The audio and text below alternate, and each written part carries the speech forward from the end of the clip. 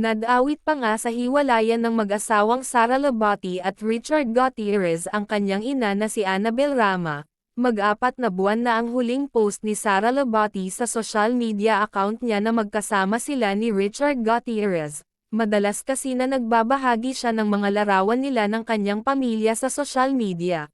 Pero nitong mga nakaaraan ay wala nang binabahagi na larawan si Sara kasama ang kanyang asawang si Richard.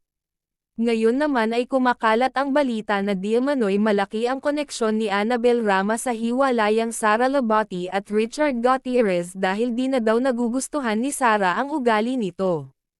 Matatandaan sa pagitan ng magulang ni Sara at magulang Richard ay naagkaaway noon hindi umano nagkasundo ang dalawa dahil magkaiba ang mga ugali nito. Kaya matagal ding hindi nagpansinan ang mga ito at hindi rin pumupunta sa mga event ng mga Gutierrez ang mommy ni Sara na si Esther dahil hindi sila okay ni Annabel Rama noon. Binabato ngayon kay Annabel Rama ang paghihiwalay ng mag-asawang Sara at Richard dahil baka daw sobra na ang pakikialam nito sa pagsasama ng mag-asawa.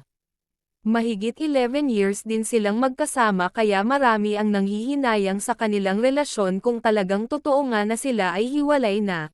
Ano nga ba ang totoo alamin natin sa susunod.